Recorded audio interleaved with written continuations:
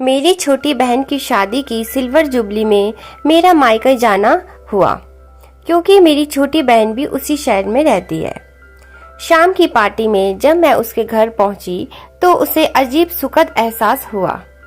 मेरी माँ के पास मेरी इकलौती मामी बैठी थी। वह मुझे देखकर खुश हुई और मैं उन्हें देखकर।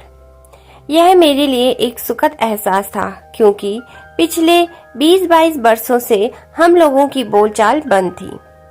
किन्हीं कारणों से कुछ अहम खड़े कर लिए थे हमारे और मामी के परिवार के बीच, और चुप होते होते बात चुप ही हो गए थे। जीवन में ऐसे सुखद पल जो अनमोल होते हैं, हमने अकेले ही रहकर भोगे थे। उनकी बेटी की शादी में हम नहीं गए और मेरी बेटी की शादी में वो लोग नहीं आए, या यूं कह ले नहीं बुलाया। अपनी मामी से मुझे बहुत प्यार था। हमारे रिश्ते दोस्ती से भी बढ़कर प्यार, विश्वास और लगाव था। पता नहीं स्नेह के तार क्यों और कैसे टूट गए थे, जिन्हें जोड़ने का प्रयास यदि एक ने किया तब दूसरे ने स्वीकार नहीं किया, और यदि दूसरे ने किया तो पहले की प्रतिक्रिया ठंडी रही थी। और कुछ दूर और दूसरे शहर में रहना भी एक कारण था। कैसी हो संध्या? अजय साथ नहीं आए? मामी के स्वर में मिठास थी और बालों में सफेदी। अजय क्यों नहीं साथ आए? अकेली क्यों आई? मेरे पति के बारे में पूछा था मामी ने। लगातार एक के बाद एक सवाल करती जा रही थी मामी। मेरी आवाज नहीं निकल रही थी।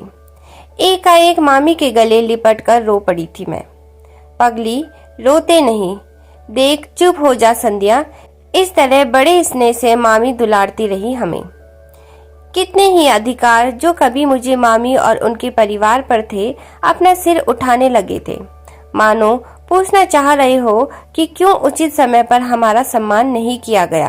पर यह भी तो एक कड़वा सच है ना कि प्यार और अधिकार कोई वस्तु नहीं है जिन्हें हाथ बढ़ाकर किसी के हाथ से छीना जाए। यह तो एक सहज भावना है जिसे बस महसूस किया जा सकता है। बच्चे भी साथ नहीं आए? मामी के इस प्रश्न पर मैं रोते रोते हंस पड़ी। वो अब हॉस्टल या जॉब करते हैं मामी।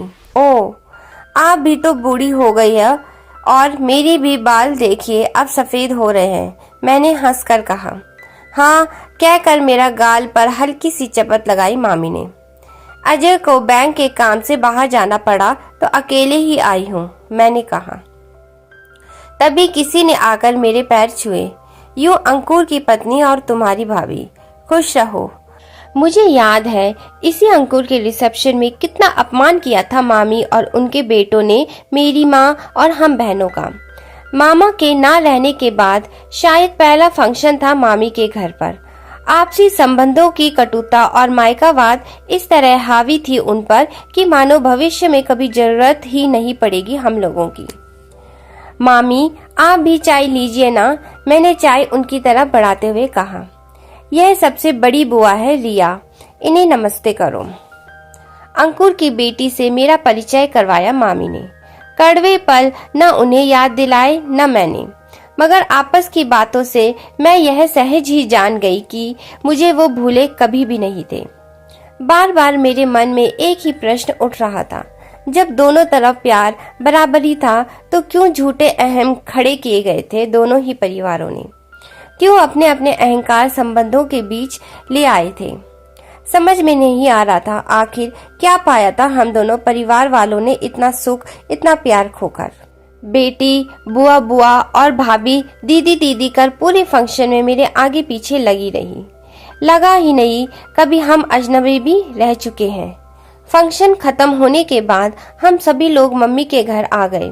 देर रात तक खूब बातें की और सुबह मामी और उनका परिवार वापस लखनऊ लौट गया।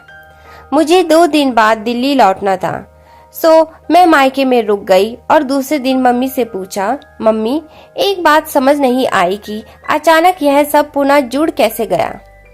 ऐसा ही होता है और यही जीवन है, हंसकर मम्मी बोली। जब इंसान जवान होता है तब भविष्य की बंद मुट्ठी उसे क्या क्या सपने दिखाती रहती है। भविष्य क्या है उससे अनजान हम तन मन से जुटे रहते हैं। बच्चों की पढ़ाई लिखाई, बेटे की जिम्मेदारी, सभी कर्तव्य पूरे करने के लिए हम सांस लिए बिना दिन रात एक कर चलते रहते हैं। हमारी आंखों के सामने बच्चों साथ साथ अपना भी एक उज्जवल भविष्य होता है कि जब हम बूढ़े होंगे तो चैन से अपने बच्चों और पोतों पोतियों संग बैठकर अपने बुढ़ापे का आनंद लेंगे। पूरा जीवन इसी आस पर ही तो बिताया होता है हमने। उस पल हमने सगे भाई बहन से भी हम विमुख हो जाते हैं, क्योंकि तब हमें अपनी संतान ही नजर आए है, बाकी सब पराए।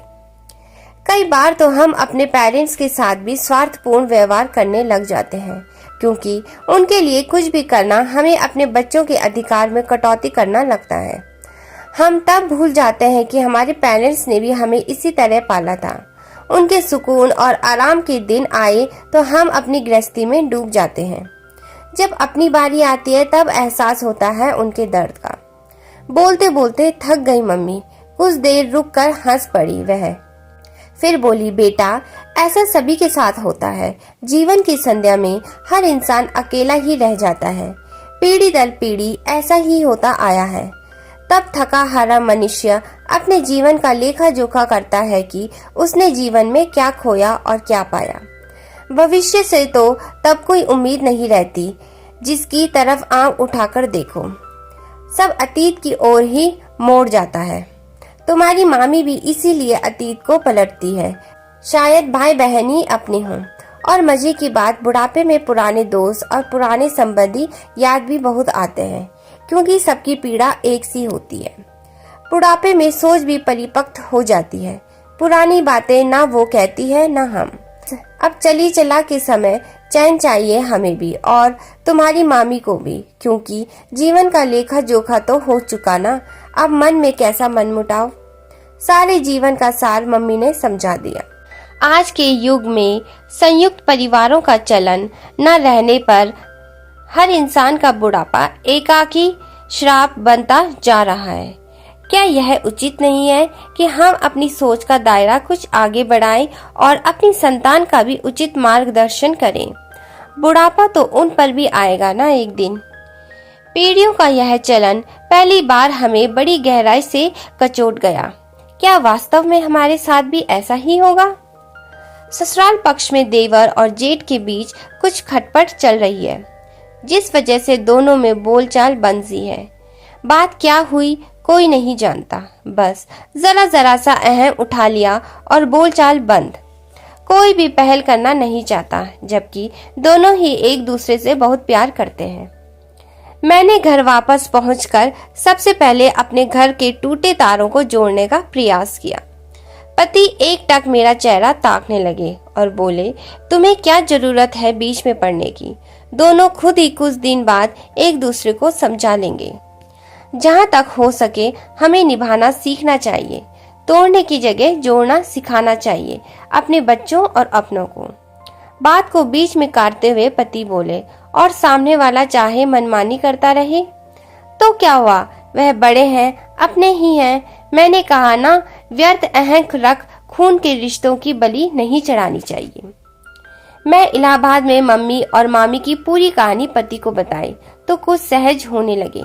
एक सीमा में रहकर रिश्तों का निभाना इतना मुश्किल नहीं, ऐसे हमें विश्वास है। मन में संतोष जागा कि जब मेरा बुढ़ापा आए तो मैं अकेली ना रहूं।